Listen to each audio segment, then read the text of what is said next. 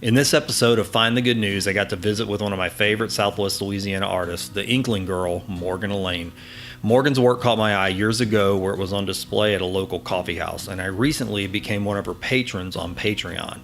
She has a clever wit and infectious joy. She opened up about the anxieties of stepping out with her art, and her insights are just as uplifting as the art that she creates. Morgan is using her talents to spread happiness and kindness. I smiled the whole time we talked, and seeing the good was easy. Wake up, it's morning. You're dreaming up a story. I can hear the way it's going, 'cause you're laughing in your sleep on the path to your deliverance, and a holy wall of light pouring through your window. Old news, bad news, fake news. Sometimes you just want to shut it all down and get no news at all. With Find the Good News, I aim to change that by focusing on good people doing good work. I visit with artists, educators, civic and spiritual leaders, musicians, business owners, students, volunteers, and everyday citizens who are using their creativity, resources, and talents to bring hope and happiness to their corner of the world. In each episode, I dig into the hearts and minds of my extraordinary guests.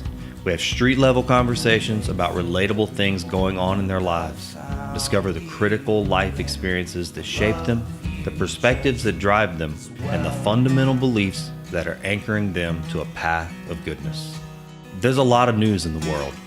My name is Oran Parker, and I'm going to find the good. And I love you just as well.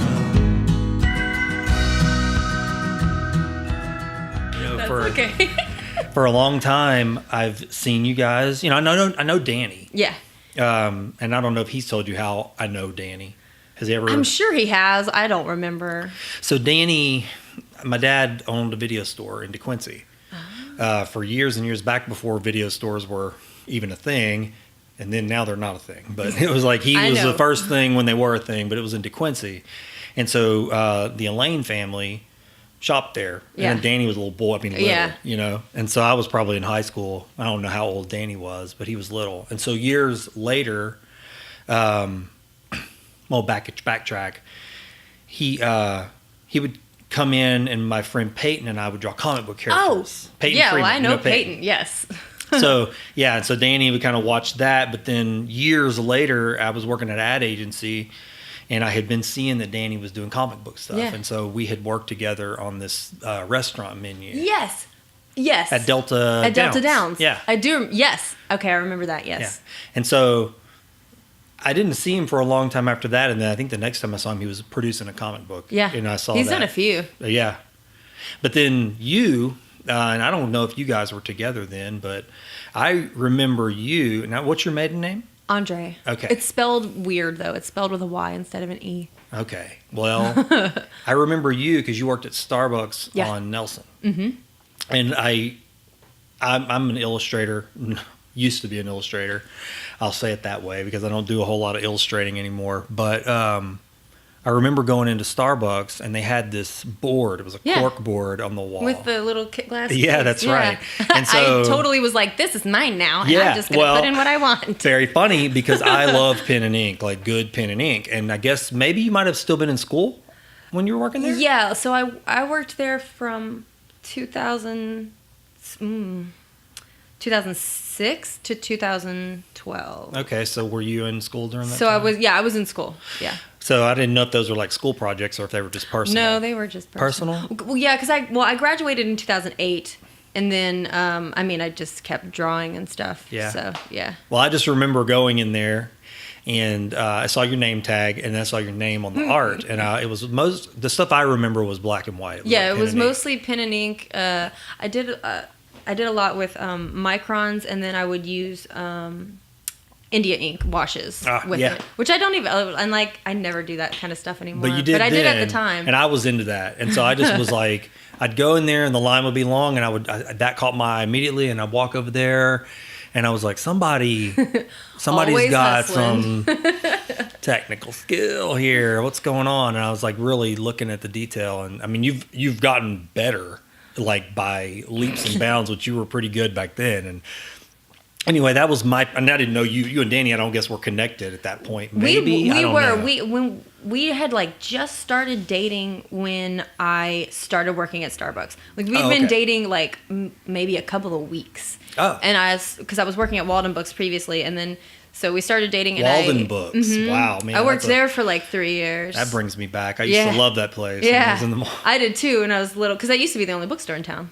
Forever. That's right. Yeah, forever. It was. I love Walden Books. So I worked there, and then I briefly worked at both places at the same time. Really? And then I was like, while going to school, and I was like, okay, I gotta pick one. And Starbucks was the better job because it has benefits, and like at that time, I think it might have changed now, but at that time you could work 20 hours a week, and after like 6 months, you could get full benefits. Oh, at Starbucks? Mm-hmm. Oh. It was awesome. So I worked there a total of 6 years, right up until I had Ruby. I worked there, and then because my job provided insurance for me and Danny while he was in school. Oh, okay. Man, that's incredible. I didn't know any of that, so I didn't realize that y'all been together that long. Yeah, we've been together 12 years. Wow. That's about how long Michelle and I have been together, a little over 12 years. And then married for like 10 and a half now.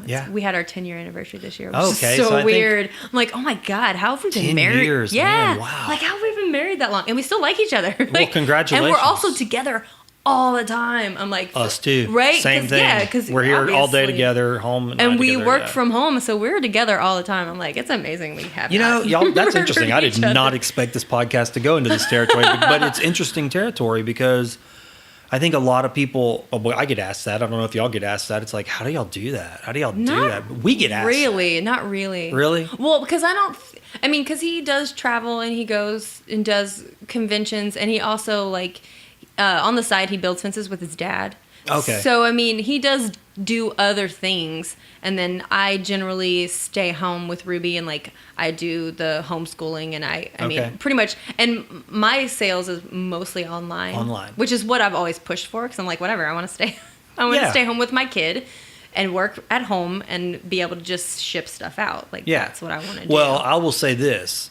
That's another reason why I wanted you to come on this show, because I think a lot of artists, maybe a lot are doing what you're doing, but then there's a lot that can learn from what you're doing. I mean, you really work it. You do. I paint a lot. You paint a lot, but I mean that alone, the quality, of what you're doing. And then the finished pieces, I mean, I love you're doing what people should do, I think. You start the project, you show the stages, you do all of the speed, the time-lapse stuff.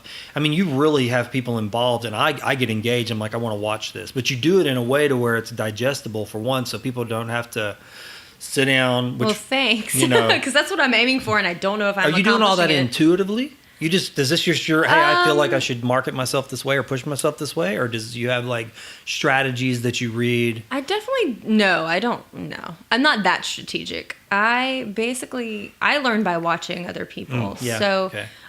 Basically, I find artists that I admire, and and I love Instagram. That's like my social media, like that's my favorite thing. So there are a lot of artists I follow on social media, and the ones that I think are effective, I kind of just look and see, like, what do they do? Like, what is it that they're doing that I like? Yeah, you're not based on somebody else likes. You what do I like and what do I want to emulate? Because, I just want people to see it and enjoy it, and I want them to be people that are like me, if that makes sense. Like, I want to attract people that are like myself. Yeah, I understand that. You touched on something that I find myself saying when I talk to clients. I mean, so we've been doing advertising for like 20 plus years. 20 plus years, you pick up tips and tricks and you get knowledge. And so when somebody meets with you, a lot of times they're going, well, they've got 20 years of experience. Okay, they've got a plan. And maybe that's true. But a lot of it's just intuitive, and a lot of it's just what you said. I'll say to somebody, I look in the mirror to get the answer, because I'm going, well, do I like this? Yeah. I mean, because I'm a hard sell. I don't really respond too well to things. I mean, I'm kind of like, because I'm in advertising, I'm like, let me just see for a minute before something new comes out. I'm like, I'm gonna hang back. I'm very suspicious. Yeah, me too. Just by nature, I'm like, I don't know about that. So if something draws me in like quick, I'm like, oh, what was that? Why did I get attracted to that? Because I'm already apprehensive in nature. So yeah, it's the same thing. I'm like, well, the answer really is just, I'm going, well, do I like it? Which, who am I? But I mean, that's worked a lot of times, you know? Because I think a lot of things are a waste of time. If I don't even like it, then, you know. Definitely the last, like, I don't know, like 3 or 4 years, and probably especially the last 2 years, I've gotten a lot better at just, like, saying no to projects. Yeah. I got to the point where I actually had to stop doing commissions for a while because I was making art that I did not like, that I didn't want to make, and it didn't look good, or it didn't look good to me. Usually the client was like totally happy, but I was like, I don't like this. This Morgan, is not. You just described my business. Like, I don't want to produce work that I don't love and that I didn't put my heart into. If it isn't hard for me to put that in the mail and send it away, like, what was the point of me even That's making why it? I wanted you on this show, because that is, you're going to have to help me, because here's the thing. Advertising is that. It's what you just described. And the way I've described it to people is a nice pink, soft, squishy brain full of creative stuff, and then a carburetor on a car. And I'm going to take this brain and I'm going to shove it in this carburetor, and then it's going to run. That's advertising. And you're cranking out things for projects that you still have to be creative and do the art, but at the end of the day, it might go through 40 different people's opinions, and then what comes out, it's the quality by an industry standard may still be there, but the artistic creative side of you goes, it's missing something. I wouldn't have done this, but the client likes it, and I have to be okay with that because this is my job and some money, which is part of the deal. Yeah. But at the same time, I hate to say it this way, after so many years, I think it eats a little bitty piece of your creativity away. Because, I've gotten to the point where, I've had to learn to say no, which is really hard for me. I'm not good. I'm not good at saying no when it comes to art stuff, because I'm a people pleaser. Like, I want to be liked, and I want people to like what I do. And so I'm like, okay, I'll try that. Even when my instincts are saying, like, no, don't do, like, you can't produce what they're looking for. And so, like, now I'm better at being, if I do say no, immediately I'm like, here is a list of artists that can do what you are looking for. Yeah, we do the same thing. And I give them, I'm like, and we refer you to this, and this. Because that's hard to learn to do. I used to give, like, art lessons, and I always felt like such an imposter. I was like, I am not qualified to do this. And I think the students I had for as long as I had them, honestly, I think it's really just liked me because I'm goofy and fun. But I was like, I feel like I haven't taught you anything other than how to be sarcastic. So, I feel like it's a waste of time. I mean, and I don't think any of, like, the ones that I had for a long time. I mean, we always had a good time and it was fine. But when it finally kind of petered out and the kids got older and got other interests, I was like, yeah, I'm not doing that anymore. Well, I think art's a good thing. I mean, I really do. And I think that everybody's got some kind of creative bone in their body somewhere. I think so too. And so many people think they aren't. And I'm like, no, everyone has it. You just probably don't know where you have it. That's right. Yeah, your medium may not be what your it might not be strictly art, but trust me, everyone's got some kind of outlet. That's right. Every single person. Sure. And so that kind of makes me want to ask you this question. Take me back a little bit, because I say if art's in the world, there's something good. And so you, I think you're a fantastic artist. I love your art. I could just go on and on, because every time I see it, and that's the other thing. God, I'm jumping all over because I'm so excited to talk to you. I can tell. One thing I think is awesome is when you can see some art and go, oh, I know who did that. I feel like I have. I've heard you say that online. I feel like I have the least consistent. I don't think that at all. I don't even have to see your avatar or your name to know it's yours. And that really hit That's me encouraging. the first time I was at, I want to say it was at the Brimstone Museum, not Brimstone Museum, the Henning Cultural Center. Your art was on display, and what are they called? The women. It's all the different women. Oh, my muses. Muses, yeah. Yeah. So I just stood there and looked at each one of those. Oh, and that was only a few. Man, I was like, and I went online. I was like, I got to go look these up. I was just fascinated by the way they look so magical. And I knew they were just people that you'd known or they'd sent them to, but you made them look so magical. And there was just a consistency in style. Thanks. And I don't know you. And then I think I saw you post one time. Somebody made a comment like that, and you said, "I don't think so." And just what you just said, I don't see it. And I still kind of don't. Huh? I don't know. I mean, I'm like my own worst critic, so I get that. It's hard for me to see similarities. I will say, in the last probably like year, I can kind of see it now, but for a really long time I couldn't. I was like, God, this all looks so different to me. It all looks like it's all on like different sides of the spectrum. Well, you do a lot of different categories. I mean, like your the skulls with the succulents and things like that. Do you have a name for those? Or it's a title? I don't want to call it the wrong thing. Oh, well, I always end up calling things by like 4 different names. So like I have like the name that I call the actual finished piece, but then for those in particular, I added to them in Photoshop, like I added like a flat oval background for each of them. Yeah. So for my shop, I usually change the name. Oh. So like the original work for one of them is like Soft Decay and the other one is Sweet Decay. Which is so stupid, but I don't know. I just like making up goofy names. And then in my shop, the prints are, I think, or skull and shrooms, and then skull and succulents. Okay. But I'm like, we're just going to describe them so that people know what they're looking at. So those pieces, I would say, just as an observer, if I saw them on their own, I wouldn't say, "Oh, Morgan did this." I love that. And I figured you would. But now that I've seen them, and if you do anything else in that kind of vein, now because I've seen that and associated with you, I would go, "Oh, Morgan probably did those." Do you see what I mean? Oh, yeah. You know what's funny about because that? they're totally different than your portraits and all that. So a lot of times, and it's actually, this is true of just like my life in general, is I have like this kind of vague idea of what I want to do.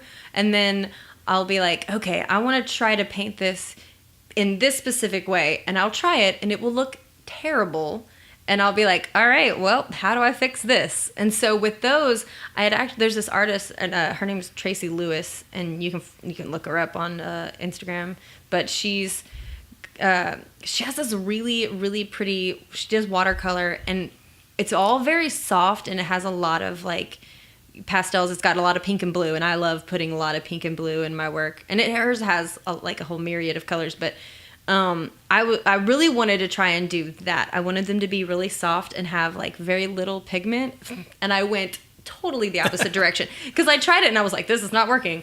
This is still not working. It's getting worse. And so what I ended up doing was mixing a bunch of white paint in with my pigment, and just like slapping it on there and be like, well, this is where we're at now. Let's see what happens. And then I loved it. It got finished and I was like, oh, okay, I have to do another one and see if I can do this again. So you have techniques like that you feel like you've tweaked and developed that kind of, you could say they're your own to some degree. I guess so. I mean, it's usually accidents though. Anything I learn how to do is totally by accident. Trying some different combinations. Yeah, and it's usually because I messed up on something and I'm like, how do I fix this? Yeah, I get that. I can see that just from back whenever I used to have time to illustrate. I remember, for me, it was ink washes and pen and ink. I loved that, and just messing with it, honestly. And I go, oh, that worked, or this paper combination with this particular brush, or consistency. So what I wanted to originally ask you a minute ago was to take me back to when you first realized that art was kind of living in you, creativity. When was that? Well, this is like a terrible story. So when me and my brother were little, I mean, I always liked drawing, always. And my brother did too. My brother Christian, he's actually texting me right now. I'm trying to ignore him. And Christian was way better at drawing than me. And he would always draw like fighters and like tigers and ninjas, boy and stuff, like Dragon Ball Z and all kinds of stuff. And I I'm really not that competitive, but I guess maybe when it comes to my siblings, I am a little more. Because really, in general, I'm like, I don't care, whatever. But I kind of just wanted to be better at drawing than him because I was the older sibling. And I was like, that's annoying. I should be better at this than you because I'm older than you. And then, around the age when he was like 10, 12, he got interested in sports and did that and really stopped drawing. And I was like, well, I can't play sports and I'm really clumsy and I don't like anything else. So I guess I'll keep drawing. So like, that's it. And I just kept drawing and yeah, that's about it. It's not even a good story. Well, that's okay because at some point, I mean, whether that's the beginning of it or not, at some point, you have to get. I think we have to get responses from people. Yeah. So at some point, somebody said, "I did a charcoal. I did this like with like it's so funny because I think back now about like the art supplies I was using, and I was using like these cruddy paper and like." This is a charcoal pencil that's like the darkest charcoal ever that you should not be using to just like draw. And I did a drawing of a tiger and I still have it somewhere and it's awful. I mean, it is truly awful. The teeth are so bad. Poor thing. It looks really sad. But my grandfather, who was not a complimentary person, loved it.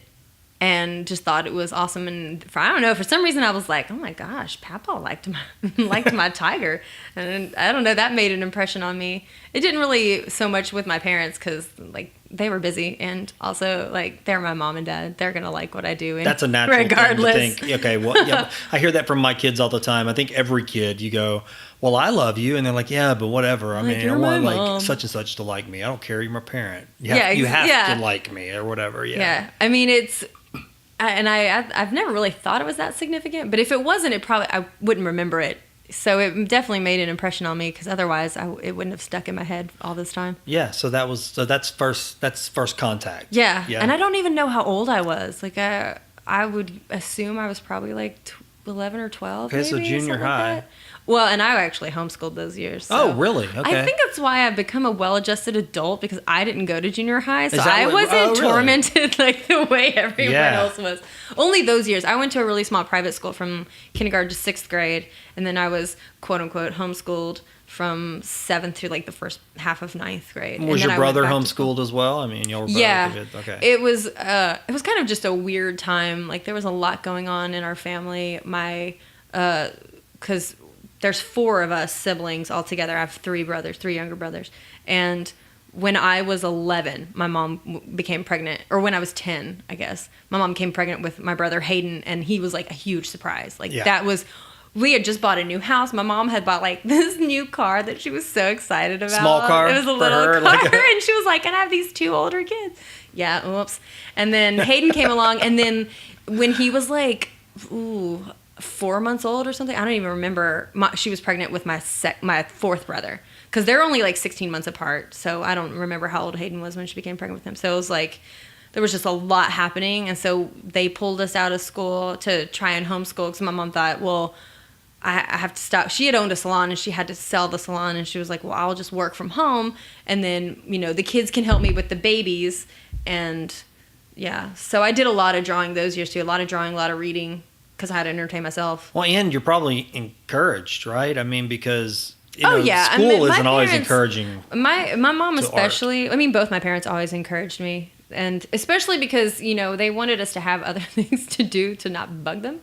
Because they had 4 kids, and they're like, we have enough. Go draw something. We have enough to do. So Christian did like sports and stuff, and I always babysat and that kind of thing. But then I like was not into sports. And my mom's really, she went to salon. She's really fashionable and like super trendy. You can see by looking at me that I am not like that either. So art was like, that was my thing. Art and I did theater for like a hot minute, but I'm actually like, I don't like people looking at me, so that doesn't work out. So I was like, I want to do it, but then people look at me and it freaks me out. So well, that kind of is interesting because you're still stepping out there. You're putting yourself. I know you're doing it online a lot, but you're going. It's a lot easier to do it online. Yeah, but you go to all the events and set up at the events and stuff too. Yeah. I mean, you have to interact with your clientele right there. Yeah, but there's that's frontline stuff. It is, but I'm behind. I think it helps that like I'm behind a table, and people are looking at my artwork, and I am secondary.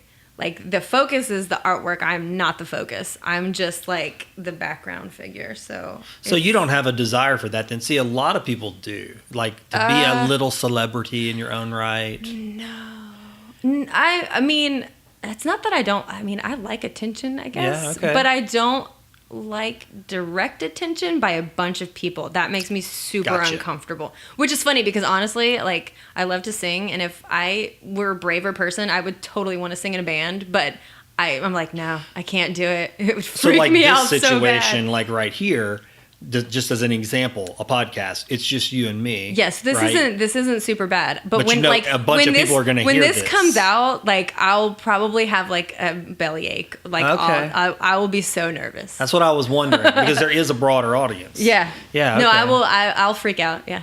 Well, I don't know. I got to commend you on that, because some people can't get over that sort of, I guess I call it a fear, of crowd or of being in front of groups of people. Some people don't there's talented people who just cannot get themselves out of the dark corner, so to speak, or out of their bedroom to go do anything out in the public like that. Well, so it's impressive. I mean, my parents, they were like, no, you have to do things. I was really shy when I was a kid, and You don't seem shy. No. Well, I say I was shy. I now as an adult, when I look back at it, I realize that it wasn't shyness, because I'm very outgoing and personable, and like, I don't meet a stranger. But in that school setting, with like in a classroom with a bunch of people, like when focus would be on me, it would freak me out. And I realize now that was anxiety, because I really struggle with anxiety, more so in like the last probably like 6 years since Ruby was born. And like now I was grown, looking back, I'm like, oh, that's what that was. I was just super anxious all the time. But I didn't have that word. And also, I don't think that's a thing that you talk about in conjunction with kids. That's not a thing that you think about. So I didn't, it wasn't shyness. It was like, oh my God, everyone's looking at me. It's funny, that is really, it's odd, or maybe not odd, more interesting, because my daughters are very creative, talented artists, and her anxiety just gets the best of her. Yeah. Oh, and I know a lot of creative people who their anxiety it becomes a impediment to so many things. My parents pretty much just made us do stuff. Like, my dad would, when I wanted to buy something, like, he would put the money in my hand and make me go up to the counter and buy it. And I was like, I'm gonna die. I remember when I was in like 4th grade, my teacher made me captain of the kickball team. And I mean, I legit sobbed. I was like, the idea of having to tell older kids where to go was, I mean, I just cried and cried and cried. And I mean, I had to do it. Like, so what did you do? What changed? I mean, you get to help you get through all the anxiety. This is super cliche, but it was basically that fake it till you make it. Yeah. When I was about 12, I was like, this is miserable. This is like feeling like this all the time sucks. So I just decided I was going to pretend that I wasn't shy or whatever. Yeah. And so I just, even when I was embarrassed, I would just act like I wasn't, and I would blow it off and just go on being goofy and silly. And eventually, like, it got to where I didn't really have that anymore. But I mean, or at least I didn't show it, because I always had it, but you wouldn't know. Do you still have it? But you Heck yeah. Okay. Oh my God. The idea of, like, anytime I walk into a restaurant alone, I'm like, this is torture, because even though no one's looking at you, I'm like, everyone's looking at me. And no one is. Can I tell you? Well, I know you're not alone, but I can totally relate to that. Now, I had to do exactly what you said. Fake it till you make it. Yeah. But counseling, I didn't know what was going on, but I couldn't go out I'd go to a bar, and I would see people having a good time, and I always go, man, they're super chilled out, and they look like they're having a good time, and they don't even care they don't even care that anybody's looking at them. But I had a million thoughts going through my head. Well, your hyper awareness. I'm still like that. I felt like I was like a long walk of shame just to go to the counter. I went to see one of my friends play. He like had a CD release party, and I went on my own. I think Danny had to like get up really early the next day or something, so I went by myself. And I mean, there were a ton of people there that I knew, and I was still like, this is torture. Like, I hate this so much, because I didn't have like one person that I could just cling to and be like, this is my beard. Oh, look, it happened to me. I was probably still, I mean, even into my adult life, I was working at an agency, and it was the first place I had worked where they were kind of connected. Okay. I mean, they had like big events and like all the media people would come, and I didn't know any of these people. So there was already like professional anxiety that I was just kind of fish out of water. I don't fit in here. But I tried to fake it till I make it. But we had an event one night, and I helped them set up. Everything was good. I was like, rock on, this is going to be fun. As soon as all these people started coming, I mean, all this harsh judgment on myself just like came crashing down. Like, you're not dressed right. You don't belong here. They're smarter than you. Yep. And so I went and they needed something from the office. I don't remember what it was because it was in another complex in this place. So they said, "Hey, can you go get this thing?" I can't remember what it is, but I was like, I'll go. And I went back to the office. Because you want to be busy. Because then you're like, I'm distracted from the ridiculousness in my own brain. I did. I went there and hid. And I sat there for like 30 minutes, like trying to talk myself back into this room. And I just thought, man, what is this? It's still this doggone social anxiety, man. It's so weird that after you have a word for something, you're like, it's like when you get a new car and all of a sudden you see that car everywhere and you're like, how did I never notice these cars before? Like when you have a name for something, all of a sudden you're like, oh my God, that's what that is. That's what that is. Oh, this happens all the time. And I just didn't know what it was. Yeah. And you're like, I misidentified it as shyness or whatever. Yeah, me too. I think it gets probably for a lot of people, it was misidentified that way, or as, oh, they don't like to do fun things. That was kind of what really ate me up for a long time, was like, well, they don't like to have fun. It was like, no, I actually do, but like there have to be certain parameters and there's rules about that. Like I have to, and I knew subconsciously what those rules were. And then before long, you're adjusting your life to navigate those things, avoiding this and only doing these certain things. That was what happened to me. And I'm happy, I know it.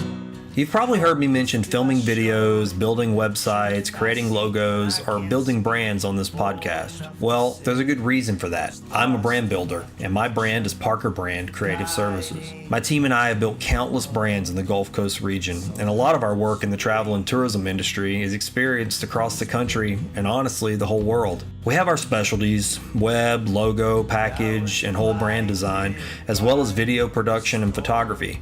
But the reality is we function as a full-service advertising agency to businesses that don't really mesh well with larger advertising agencies or just don't want to have in-house creative departments. But don't listen to what I say. Just go to our website, parkerbrandup.com, and take a look at what we do. We're a show it, don't say it team. Okay, you should definitely say it too, but you know what I mean.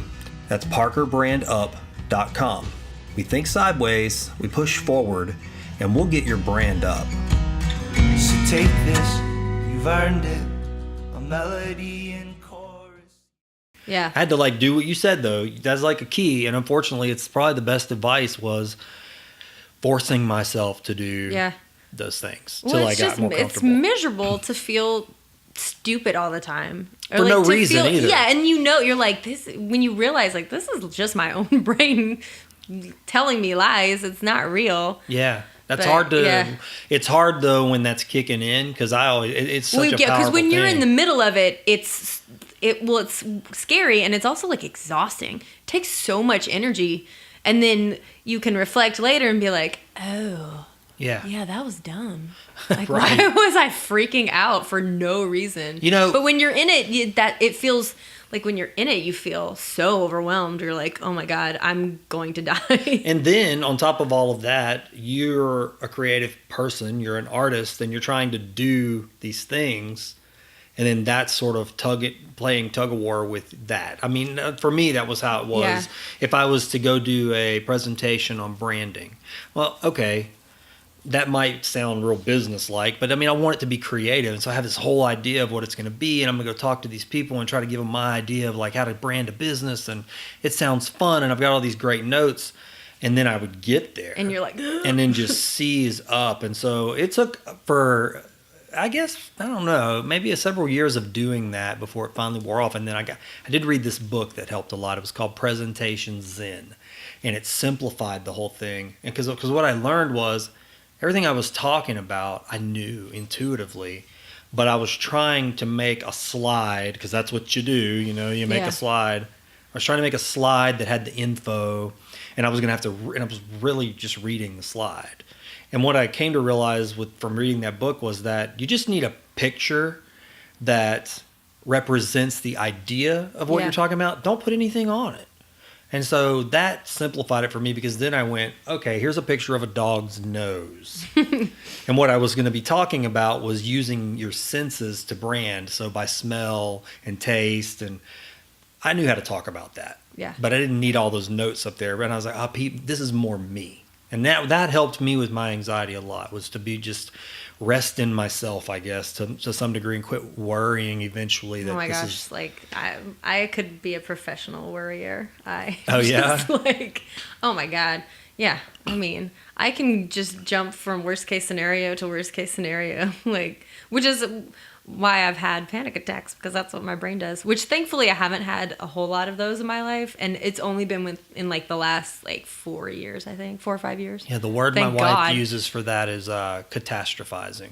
Yeah. Oh yeah, that's what my brain does. It's ridiculous. And sometimes I can get myself out of it, and then other times, depending on TMI, but depending on what time of the month it is, my hormones are just going nuts, and it's literally affecting my brain, and my brain's like, oh my God. No, I get it, because when I'm falling apart. When I'm tired, too tired. Yeah.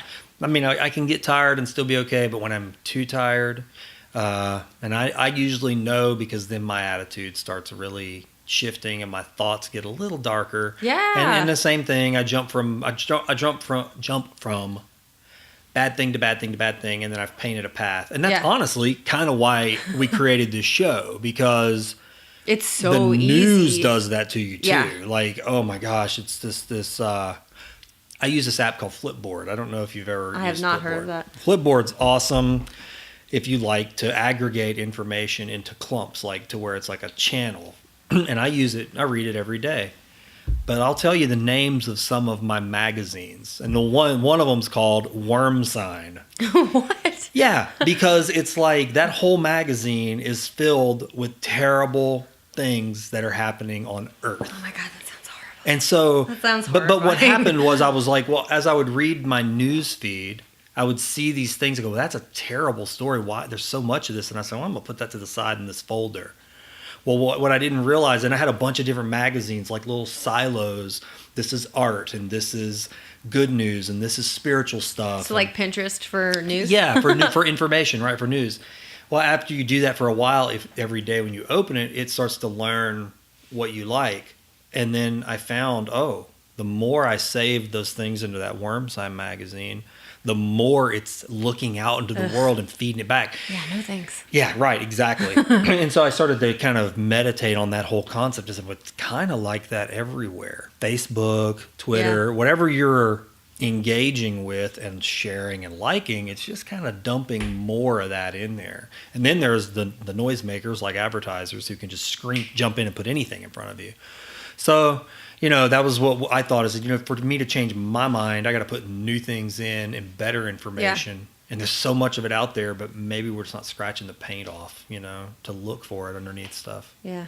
No, I know, because it's you don't want to hide under a rock, because obviously it's important to know what's going on. But at the same time, you have to know your limits. Yeah. And be like, look, if this is going to send me into a tailspin, it's not worth it, because I still have to live every day. I have to get up, and I have to fix breakfast for my daughter, and I have to do her schoolwork with her, and I have to fill Etsy orders, and I have to clean my house and wash my dishes and feed my animals and collect the eggs from the chickens. I have life stuff that I have to do, and it has to get done. And where I'm not going to be happy doing my regular life if the whole time, everything I'm doing, there's a background noise of this is terrible, the world's falling apart, yeah, you'd never do everything art. Sucks. Yeah. I mean, that would stifle, to me, it seems like it would stifle your ability to do good, to continue to grow as an artist, right? Well, and I cannot function when I'm upset, and I can't produce artwork when I'm upset. I paint when I'm happy, and it makes me happy. And I can't, I know some people are different, and I'm just not like that. That's not how I'm wired. Your art is happy to me, even when you're painting a darker character, maybe like Edward Scissorhands or anything. I look at everything. I say everything, whatever's coming through my feed, and even the darker things have like a joy to them, I think. And there's a lot of pink and blue. Blue is the happiest color. I love that stuff. Blue is just there's a lot of blue in everything I do. If there's no blue in it, then I was working real hard because I want to slap blue all over the place. What I like about your stuff, and I guess that you're probably painting things you're interested in. Pretty much, yeah, because, I went through a time when I was trying to paint what I thought people wanted to see. And that is so disingenuous. It's just not, and it's not me, and it felt wrong, and the work wasn't quality, or at least it wasn't as high quality as it could be. And when I'm painting the stuff that I'm interested in, that I like, and that I'm into, the quality is so much higher because I care about it, and I'm like, ooh, let's see if I can make this look how this looks, you know. And I spend more time and take more breaks and step further back, and I'm not trying to just rush to get it done. See that, and again, I can relate everything you said, and it's good advice to our business because we deal with graphic design, brochures, logos, websites, billboards, you name it. And so you want what you just said. I want to work on things that I care about. Because it reflects in the work. It does. I can tell the difference between a thing. But, I'll tell you, sometimes there's that thing that you do and it turns out okay. And you're going, had to do it in a hurry. It's a necessity project. Yeah. And then the client loves it. And then you're like, oh, man, they love that? And you go, well, do I even know what they love? I mean, Well, it's funny because the stuff that I really like that I paint is totally different from the stuff that other people really respond to. Because the things that I work the hardest on and that I'm the proudest of, people do not care about. Nobody, they're like, that's a nice painting or whatever. And then something that, there's a perfect example. There's this drawing that I did, and it's not even a drawing. It is a scribble. And it's the profile of a woman with kind of flippy hair. I did it in Sharpie on printer paper. Not even on real paper. Messing around. I was just and just whipped this thing out. I put a little bit of color pencil to color the lips and the eyelid. And it is not a good drawing. It's not even a good sketch. And people love that stupid doodle. And I've kept it in sometimes I retire work after a while because I'm just tired of seeing it. I'm sick of looking at this, so we're just going to put it away. And I've kept that one because consistently, if I have stuff with that stupid drawing on it, people will buy it. And I'm like, what? I don't understand the appeal, but whatever. It's interesting. I wonder what it is. I don't know. It drives me nuts. Because, I'm not kidding when I tell you, it's literally a 5-minute whatever. And I spent no time on it, didn't think about it. It just... I've got a logo. That happens to me. I don't know. That's going to sound so arrogant. I don't mean it. No. I know what you mean. But, okay, so I am pretty quick at doing logos. It's not because I'm a fast designer. I think... Well, practice. Yeah, I've got a lot of experience. And I think I've just got, whatever, like a lot of people, a brain that works that way. So when I sit and talk to a client, I start seeing something almost immediately after we've had a little talk. Something's going in my head.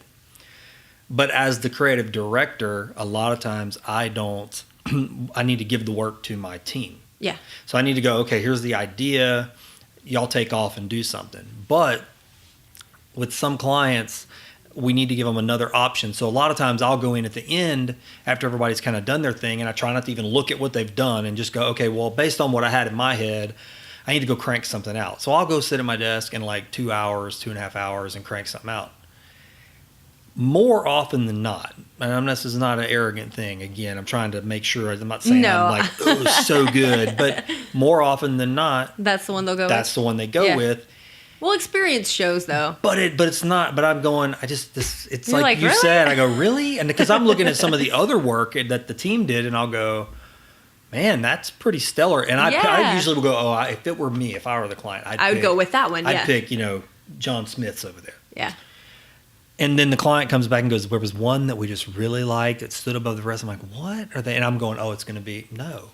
It's the one I did that was just like, to me, like the equivalent Yeah. of what you're talking about. It's like something I just kind of did. I mean, honestly, to throw I'm an extra in the I'm bag. like, that thing was like it was trash. Yeah, I actually kind of sometimes hate that because I'll go, man, I want to almost go to the client because I want to please the client. Yeah. But at the same time, I want to go to them and go, are you sure you don't want to like, let me give you a pitch for one of these other ones, you know? Because I mean, they put so much time and I mean, I love it. And I don't know. I know what you mean though, because there's things in our portfolio that I'm like, oh, there's a whole story behind why that logo was picked. Yeah. You know, and it's just not the one that, I don't know, it's just the way it came to be. Yeah. I mean, and I guess I should be grateful if something speaks to people, but I'm just like, I don't understand why. Yeah. Like, kinda... because I'm like looking at that and then I look at something that I spent like 3 days meticulously painting and I'm like, but look at this. I actually took time on this and I like had a plan and executed it. And then, you know, people are like, nah, I like that one.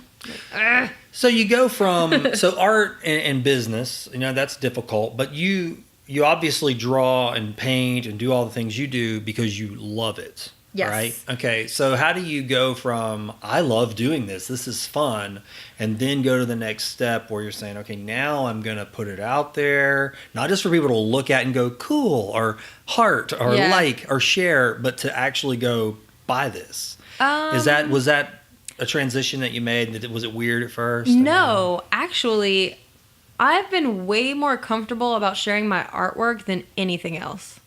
Like always.